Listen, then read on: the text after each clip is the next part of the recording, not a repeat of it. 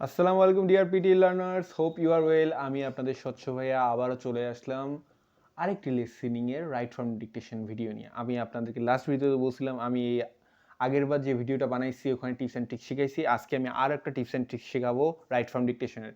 ঠিক আছে, সো আমি এখন আপনাদেরকে দেখা যাচ্ছি পোর্টালে কোনো কথা নেই, পোর্টালে ডাইরেক্ট কাজে আসি। ওকে, সো আমরা পোর্টালে চলে এসেছি। এবার আমরা দেখতে পাচ্ছি এই যে কোশ্চেনটা। চলো আমাদের কোশ্চেনটা প্রথমে শুনি, তারপরে করি।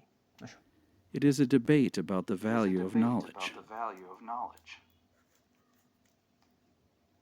ওকে, ঠিক আছে। আমি কি বলছিলাম? প্রথমে বড় হাতের ইয়েটা দিবা, পরে চেঞ্জ করা যাবে, সমস্যা নেই। It is okay. ধরো আমি লিখলাম ওকে, ডিবেট অ্যাবাউট ওকে।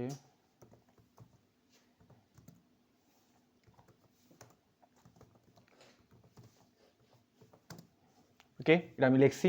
এখন আমি কি বলছিলাম? যখন এটা আমি লিখবো, প্রথমে নোট করলা, লেখলা, এখন মনে হচ্ছে যে ডিবেট না, ডিবেটসও হতে পারে। সো ওকে, ডিবেটস লিখে দাও, ডিবেটস লিখে দাও। ভ্যালু না, ভ্যালুজ হইতে পারে, ভ্যালুজ লিখে দাও। ওকে, ঠিক আছে, মনে যেটা হইতেছে ওটা লিখে দাও। নলেজ না, নলেজেস হইতে পারে। ওকে, নলেজেস। ওকে, লেখলা।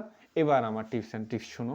এই যে লেখলা, বেশিরভাগ ক্ষেত্রে রাইট ফ্রম ডিকটেশনের ক্ষেত্রে কয়েকটা কমন ওয়ার্ড, কয়েকটা আর্টিকেল, কয়েকটা মানে কানেক্টরস, এগুলি কমনলি মানে প্রায় সময় এগুলি এসে থাকে। ঠিক আছে, এর মধ্যে 4-5টা হলো, আরও আছে, ওটা পরে বলবো। এর মধ্যে কয়েকটা হলো am, is, are, was, were, of, most important, the. এগুলি বেশিরভাগ ক্ষেত্রেই সবসময় এগুলি আসে। সো লাস্টে ফুল স্টপ। ওকে, লাস্টে ফুল স্টপ। সো ভাইয়া আমরা যে এক্সট্রা এগুলি লিখলাম, এখানে মাইনাস মার্কিং হবে না বা এটা করলাম? নো, কোনো মাইনাস মার্কিং নেই, কোনো সমস্যা নেই। সো আমরা একবার চেক করি। হ্যাঁ, অ্যাজ ইউ ক্যান সি একটা আমাদের ইয়া হয়েছে এখানে। এখন এই যে am, is, are, was, are, of, the, এখানে এও লিখতে পারতাম। দেখছো, খেয়াল করছো? এখানে যদি আমি এটা যদি হয়, তোমার মনে নেই, এটা তোমার মনে নেই, তুমি লিখতে ভুলে গেছো, বা এই যেমন অফ এবং দা আমি যে পরে লিখছি, এটা হয়েছে, তুমি এখানে অফ আর দা লেখনি, পেয়ে গেছি মার্ক। অফ এবং দা চলে আসছে। এখন আমি যদি এই যে বললাম না আরো কয়েকটা আছে, এর মধ্যে এ, এন, এট, এজ, এগুলিও লিখতাম আমি। সো এগুলিও আমি লিখলে এখন কি এর এর মধ্যে এ চলে আসতো। এই যে আমি লাস্টে যে অফ আর দা লিখছি, এর মধ্যে কোনো সমস্যা নেই, কোনো সিকোয়েন্স লিখতে হবে না। লাস্টে তুমি এখানে যোগ করে তোমার যেগুলি যেগুলি মনে আছে ওগুলি ফার্স্টে তুমি লিখবা। লেখার পর তোমার যদি মনে হচ্ছে ডিবেটস বা ডিবেটেড বা কোনো কিছু ইডি যোগ করতে হবে, ভ্যালুস, এগুলো তুমি যোগ করবা। এরপর লাস্টে তুমি am, is, are, was, are, of, the, a, an এগুলি লাগাই দেবা। এগুলি লাগাইলে সম্পূর্ণ ফুল হয়ে যেত। সো আরেকটা কোয়েশ্চেন চেক করি আমরা। ওকে, The year when the ship of artifacts was wrecked interested historians. Okay.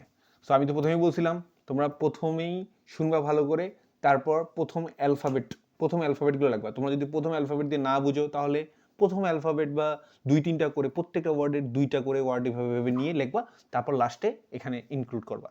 So আমরা দেখি।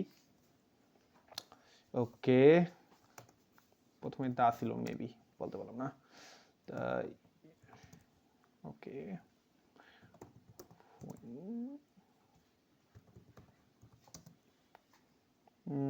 এরপর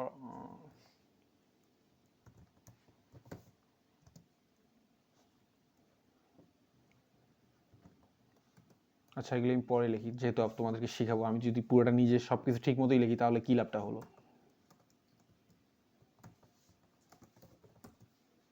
রাইট, রাইট, ওকে।